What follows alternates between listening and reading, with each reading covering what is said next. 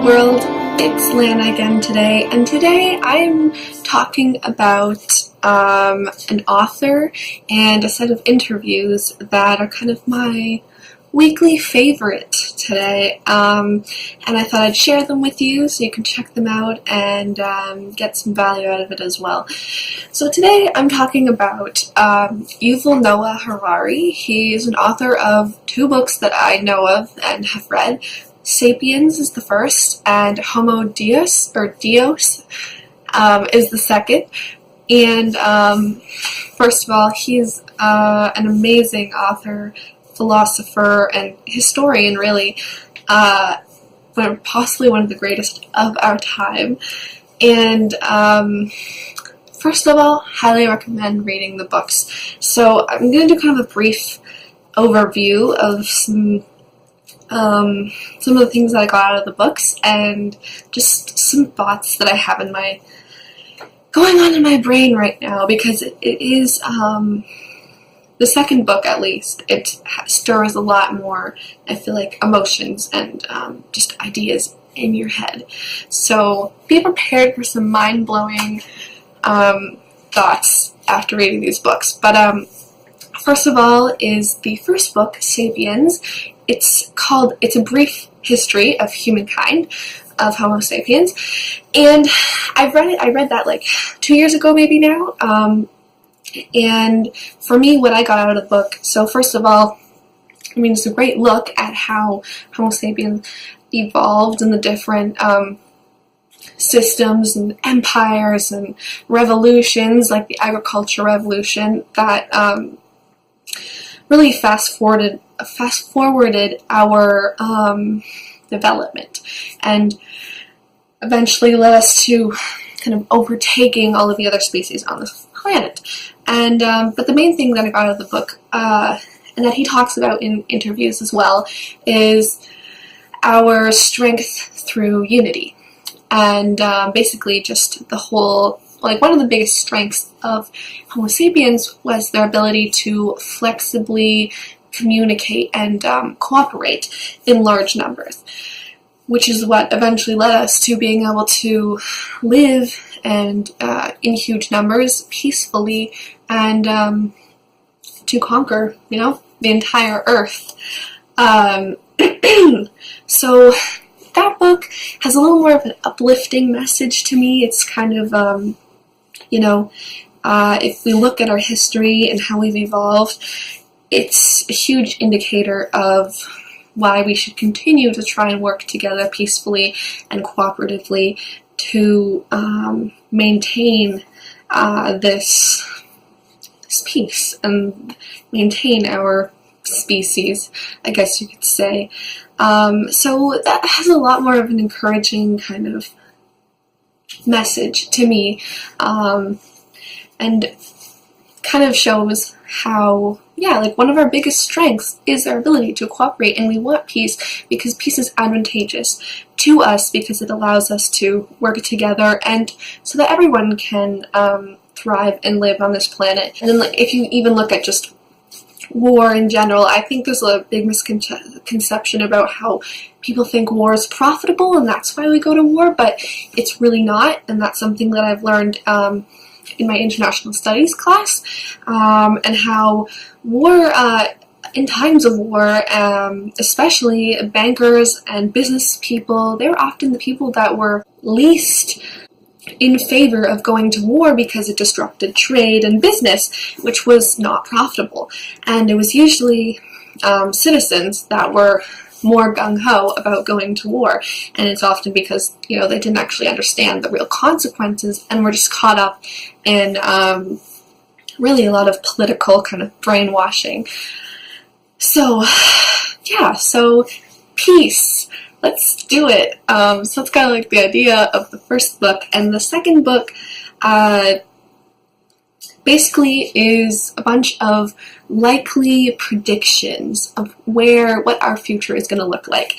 And it's kind of, if you listen to Yuval's interviews, he says, it's not a book of prophecy. These aren't things that are inevitable, but they are likely scenarios and great worries and concerns for Homo sapiens, and he kind of wrote the book as a way to really just open people's eyes up and say, you know, these things are already starting to happen, this could happen, and if you don't like these predictions that are pretty likely to happen, then you should probably start thinking about what we can do to stop it and to counteract that. And the main really idea of the book is just the rise of artificial intelligence, or AI, and from that, you know, creates a lot of different problems, you know, loss of jobs for Homo sapiens because we are inefficient versus artificial intelligence. So with a loss of jobs comes a loss of economic power, purchasing power, purpose, and without purpose, that would mean unhappiness, which means, you know, people using drugs and virtual realities and whatnot to maintain their happiness. There's just a lot in there, and I need to reread that book for more details, but and there's just a lot of examples where you can already see things happening today, you know, with neoliberalism and kind of taking power away from governments and placing it in the market. He talks about how that can be a possibly concerning thing because it, in effect, takes away the accountability of our government and says, you know, it's okay that you don't have to know about these things. Just put all your, you know, leave it to the market, and we won't hold you accountable because, you know, you don't need to comprehend that. We know it's difficult. And when you look at the market, it's not necessarily, it's not to the benefit of humanity, of, you know, global warming, equality, all of those things that we need to keep in mind. Socially, it's about consumerism and what's going to sell, what's going to make more profit. So that's another kind of concerning thing he talks about. But yeah, I guess the overarching thing is just we're going to be faced with, you know, we are facing rapidly changing technologies, and it's going to impact what we need to be learning in schools. We're going to be constantly needing to reinvent ourselves every 20 years or so, because there will be constantly new job markets opening up and other jobs becoming obsolete. And yeah, just the role of Homo sapiens will drastically change once artificial intelligence is created and takes over.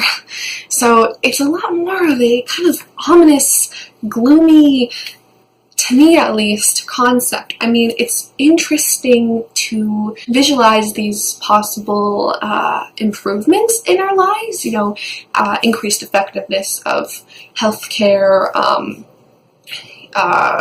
psychologists, treating, you know, things like depression, so, I mean, there's efficiencies, but then, of course, we're going to have to learn, one of the biggest things is going to be to learn how to deal with uncertainties of this new life, and constantly we will be needing to update our sets of skills and reinvent ourselves in order to fit in with a new job market.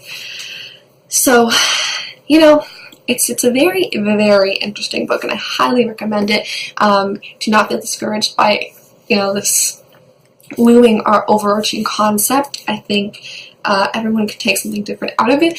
This was just my take. You may look at it and be like, wow, like, this sounds amazing. I might not even have to work.